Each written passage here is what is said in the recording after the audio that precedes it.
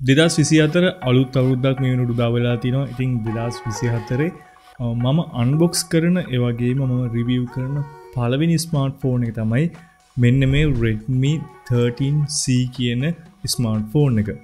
කොහොම නමුත් 2024 අපි දන්නවා ස්මාර්ට්ෆෝන්ස් වලට ගොඩක් හොඳ අවුරුද්දක් කියන එකක් නැහැ. මොකද වෙනම 18%ක වැට් එකක් ස්මාර්ට්ෆෝන්ස් වලට මේ වෙනකොට බලා ගැනීමේ හැකියාවක් තියෙනවා. කොහොම නමුත් මෙන්න මේ Redmi 13C ස්මාර්ට්ෆෝන් එක ආසන්න වශයෙන් රුපියල් 50000ක වගේ ප්‍රයිස් රේන්ජ් එකකින් මිලදී ගන්න පුළුවන්. මේකේ versions තුනක් අපිට ලංකාවේ බලා ගන්න පුළුවන්. එක ප්‍රයිස් රේන්ජ් එකේ අපිට මේ ස්මාර්ට්ෆෝන් එක මිලදී ගන්න පුළුවන්. කොහොමුණත් මේ ස්මාර්ට්ෆෝන් එක මොන වගේද සහ මේ ප්‍රයිස් එකට මේ ස්මාර්ට්ෆෝන් එක මොන වගේ වටිනවද කියලා අද අපි මේ වීඩියෝෙන් කතා කරමු. වීඩියෝ යන්න කලින් ඔයා තාමත් SL Section YouTube channel එක subscribe කරලා නැත්නම් පල්ලෙහා තියෙන අතු පාට subscribe button එක ටික් කරන්නත් අමතක කරන්න එපා.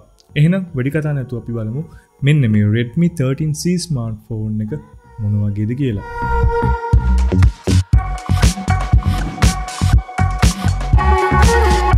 හොඳයි, මෙන්න මේ Redmi 13C ස්මාර්ට්ෆෝන් එක versions 3කින් ලංකාවේ මිලදී ගන්න පුළුවන්. එකක් 4128 version එක මේක රුපියල් 41999ක් කියන්නේ.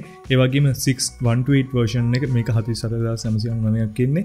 ඒ වගේම 8256 version එක රුපියල් 49990කට මිලදී ගන්න පුළුවන්. ඒ කියන්නේ රුපියල් 50000කට මේක 8GB RAM එකක් එක්ක 256GB version එක මිලදී ගැනීමේ හැකියාවක් තියෙනවා. කොහොම නමුත් මේක වාට රංග shopping center වලින් මිලදී ගන්න පුළුවන්. මම පල්ලෙහා numbers දාලා තියන්නම්. ඒ නම්බර්ස් වලට කෝල් එකක් දාලා මෙන්න මේ ස්මාර්ට්ෆෝන් එකට ඔයාලට ඩිස්කවුන්ට් ප්‍රයිස් එකක් එක්ක මිලදී ගැනීමේ හැකියාවකුත් තියෙනවා. මේ වීඩියෝ එක බලලා ආව කියලා අනිවාර්යයෙන්ම කියන්න අමතක කරන්න එපා. මුලින්ම අපි එහෙනම් මේක අන්බොක්ස් කරලා බලමු බොක්ස් එකේ ඇතුළේ මොනවද තියෙන්නේ කියලා. ඉතින් Redmi ලගේ සුපුරුදු බොක්ස් එකක් නෙමෙයි, ටිකක් වෙනස්ම බොක්ස් එකක් තමයි මේකේ බලා ගන්න පුළුවන් වෙන්නේ. අතු පාට සුදු පාට මික්ස් කරපු බොක්ස් එකක්. උඩින්ම MI ලෝගෝ එක, ඒ වගේම Redmi 13C කියලා බලා ගන්න පුළුවන්. ඉතින් ඊට කවර අයින් කරලා බොක්ස් එක ඕපන් කරගත්තු ගාම අපිට බලා ගන්න පුළුවන් වෙනවා ඩිවයිස් එක.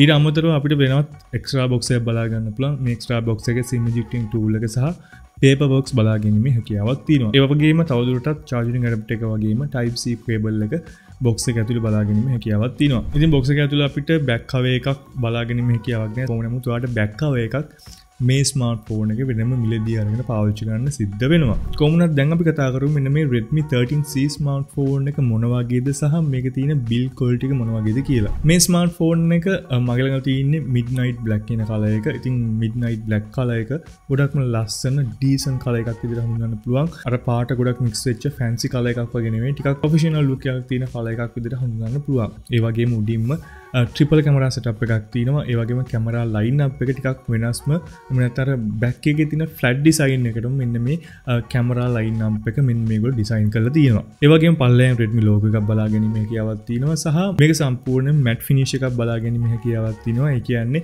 fingerprint ඇලවෙන්නේ නැහැ. ඒ වගේම dust එකේම ගොඩාක් ලොකුවට මෙන්න මේ බැක් එකේ රැඳෙනවා කියලා බලා ගැනීම හැකියාවක් නැහැ. ඉතින් ඒ නිසා නිතර පීද පාවිච්චි කරන්න ඕනෙත් නැහැ. ගොඩාක් හොඳ matte design එකක් මෙන්න මේ ස්මාර්ට්ෆෝන් එක බලා ගන්න පුළුවන්.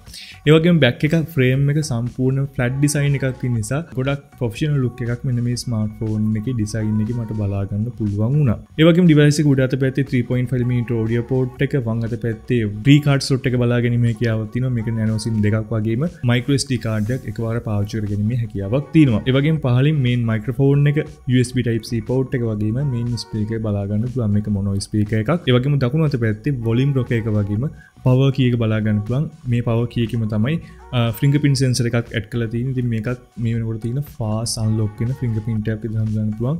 ඉතින් ගොඩක්ම accurate විදිහට මෙන්න මේ fingerprint එක unlock වෙනවා මට බලා ගන්න හැකියාවක් තිබුණා. කොහොම නමුත් device එක අතර ගත්තම අපිට average මට්ටමේ බරක් තමයි බලා ගන්න පුළුවන් වෙන්නේ. gram 192ක වගේ බර බලා ගන්න පුළුවන්. ඉතින් මේක ලොකු බරක් නෙමෙයි. සාමාන්‍ය average මට්ටම ගමයි තියෙන්නේ. ඉතින් ඒ නිසා ගොඩක් වෙලා මෙන්න මේ ස්මාර්ට්ෆෝන් එක අතේ තියන් පාවිච්චි කරගෙන මේ හැකියාවක් තියෙනවා. ඉතින් ඒ නිසා සාමාන්‍ය රුපියල් 50000ක වගේ price range එකේ 2024 රිලීස් වෙච්ච හොඳ ඩිසයින් එකක් තියෙන ස්මාර්ට්ෆෝන් එකක් විදිහට මෙන්න මේ Redmi 13C ස්මාර්ට්ෆෝන් එක හඳුනන්න පුළුවන්. ඉතින් කොහොමුණත් මෙන්න මේ ස්මාර්ට්ෆෝන් එක බැලුවෙන් ටිකක් ලොකුයි. ඉතින් ඒ නිසා මෙන්න මේකේ තියෙන ඩිස්ප්ලේ එකත් ටිකක් ලොකුවට දාන්න අමතක කරලත් නැහැ. ඉතින් කොහොමුණත් ස්මාර්ට්ෆෝන් එකේ ඩිස්ප්ලේ එක අපිට බලා ගන්න පුළුවන් වෙනවා 6.74 inch HD+ 90Hz refresh rate එකක් තියෙන IPS LCD ඩිස්ප්ලේ එකක් බලා ගන්න පුළුවන්. ඉතින් අඟල් 6.74 කියන්නේ ටිකක් ලොකු ඩිස්ප්ලේ එකක්. ඉතින් ලොකු ඩිස්ප්ලේ එකක් එක්ස්පීරියන්ස් කරන්න කැමති කෙනෙක්ට මේ ස්මාර්ට්ෆෝන් එක යන්න පුළුවන්. මොකද ගොඩක් ලොකු ඩිස්ප්ලේ එකක් මෙන්න මේ ස්මාර්ට්ෆෝන් එක බලා ගන්න පුළුවන් වෙන හින්දා. ඒ වගේ මේ ස්මාර්ට්ෆෝන් එකේ 90 Hz refresh rate එකක් බලා ගන්න පුළුවන්. ඒ කියන්නේ high refresh rate එකක්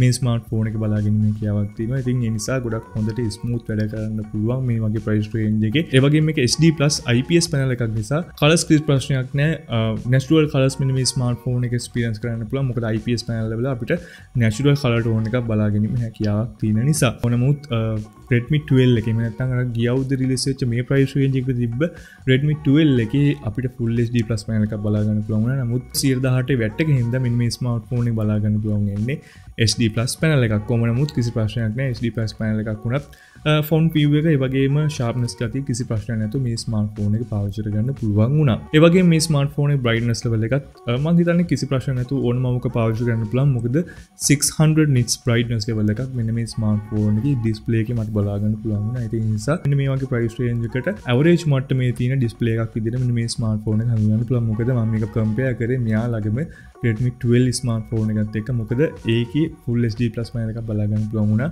මේකේ අපිට බලා ගන්න පුළුවන් උනේ HD+ panel එකක් විතරයි. මම කලිනුත් කිව්වා මෙන්න මේ ස්මාර්ට්ෆෝන් එක ටිකක් performance පැත්ත පොඩ්ඩක් target කරලා හදලා තියෙන්නේ. ඒ කියන්නේ 8GB RAM එකක් තියෙනවා. ඉතින් ඒ නිසා මෙන්න මේකේ performance පැත්ත පොඩ්ඩක් මම කතා කරොත් මේ ස්මාර්ට්ෆෝන් එකේ Android 13 version එක බලා ගැනීම හැකියාවක් තියෙනවා. ඉතින් Android 13 version එකට උඩින් base වෙච්ච MIUI 14 version එකත් මේ ස්මාර්ට්ෆෝන් එකේ බලා ගන්න පුළුවන්. ඉතින් මේකෙත් අලුත්ම අප්ඩේට් එක මේකේ තියෙනවා. ඉතින් ඔයාලට ෆෝන් එක ලිදී ගත්තට පස්සේ මේ ස්මාර්ට්ෆෝන් එක අප්ඩේට් කරගන්න පුළුවන්. ඒ වගේම මේ ස්මාර්ට්ෆෝන් එකේ 8GB RAM එකක් එක්ක 256GB internal storage එකක් බලා ගැනීම හැකියාවක් තියෙනවා. ඉතින් 8GB RAM එක ඔයාලට කැමති නම් මේක extend කරලා පාවිච්චි කරගන්න පුළුවන්. ඒ කියන්නේ පූර්ණයෙන්ම ඔයාලට මේක 16GB RAM එකක් විදිහට පාවිච්චි කර ගැනීම හැකියාවක් තියෙනවා.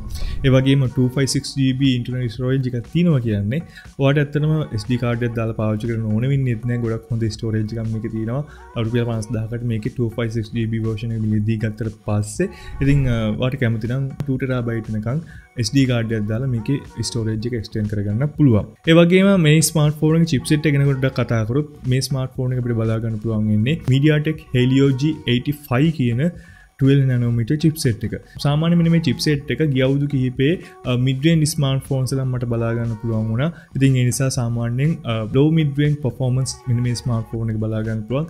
Antutu benchmark එකේ SAL ටිකක් ගොඩක් හොඳ මට්ටම බලා ගන්න පුළුවන් වුණා. ඉතින් ඒ නිසා මම හිතන්නේ struck නොවි ගොඩක් smooth පාවිච්චි කරන්න පුළුවන් budget smartphone එකක් විදිහට මෙන්න මේක හඳුනන්න පුළුවන්. ඒ වගේම Mali G52 කියන chip එකත් මෙන්න මේ smartphone එකේ තියෙන නිසා අපිට games කිහිපයක් කිසි ප්‍රශ්නයක් නැතුව මෙන්න මේ smartphone එකේ struck නොවි පාවිච්චි කරගන්න පුළුවන්.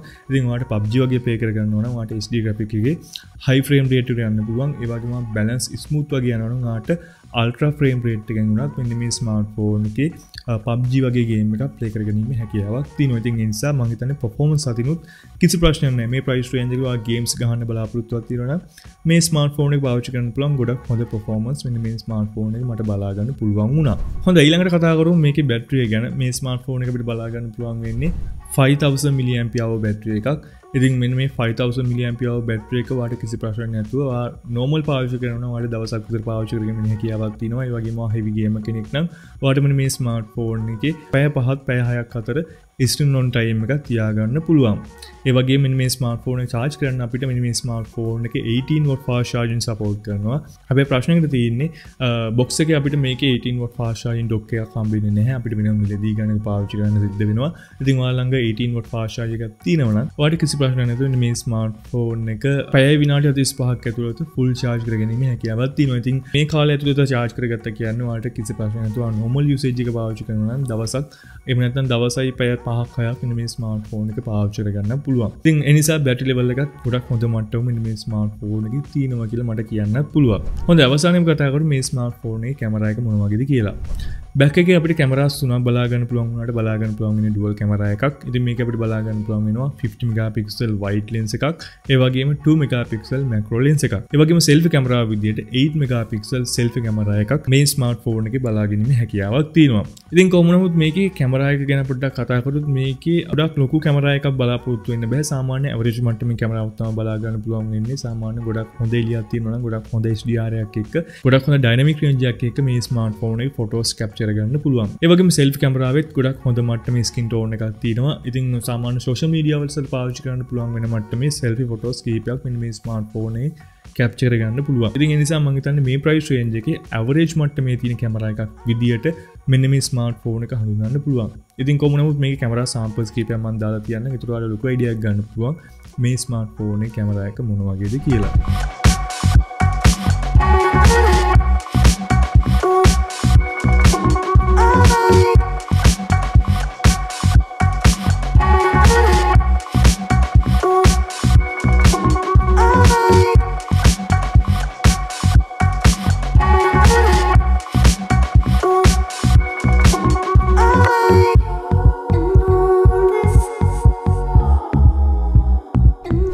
තමයි මෙන්න මේ Redmi 13C ස්මාර්ට්ෆෝන් එක ගැන කතා කරන්න තියෙන දේවල් ටික.